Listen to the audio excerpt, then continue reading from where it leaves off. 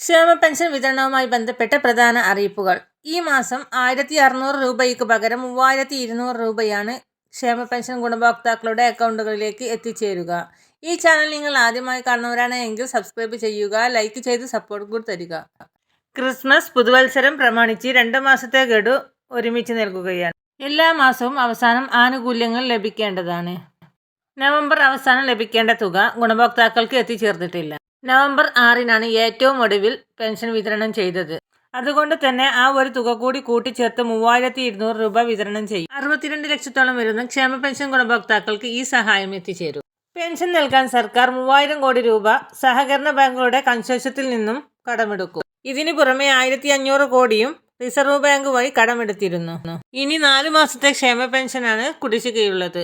1400 രൂപ വീതം ഓരോ ക്ഷേമ പെൻഷൻ ഗുണഭോക്താക്കൾക്കും ലഭിക്കുവാനുണ്ട്. കുടിശ്ശിക തുകയും അധികം വൈകാതെ തന്നെ വിതരണം ചെയ്യുവാനാണ് സർക്കാരിന്റെ തീരുമാനം. ഇതോടൊപ്പം തന്നെ ഡിസംബർ മാസത്തിലെ റേഷൻ വിതരണവും ഇന്ന് വ്യാഴാഴ്ച മുതൽ ആരംഭിക്കുന്നത്.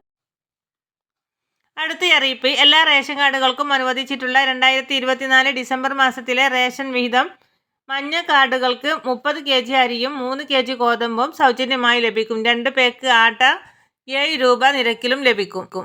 പിങ്ക് കാർഡ് ഉള്ളവർക്ക് അംഗത്തിന് 4 kg അരിയും 1 kg ഗോതമ്പും സൗജന്യമായി ലഭിക്കും. കാർഡിന് അനുവദിച്ചിട്ടുള്ള ആകെ ഗോതമ്പിന്റെ അളവിൽ നിന്ന് 3 kg കുറച്ച് അതിന് പകരം 3 പേക്ക് ആട്ട 9 രൂപ നിരക്കിൽ ലഭിക്കുന്നതാണ്.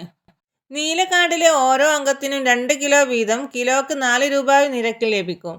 കൂടാതെ KNPS കാർഡിന് അധിക വിഹിതമായി 3 കിലോ അരിക്ക് 10 രൂപ 90 പൈസ നിരക്കിലും ലഭിക്കുന്നതാണ്.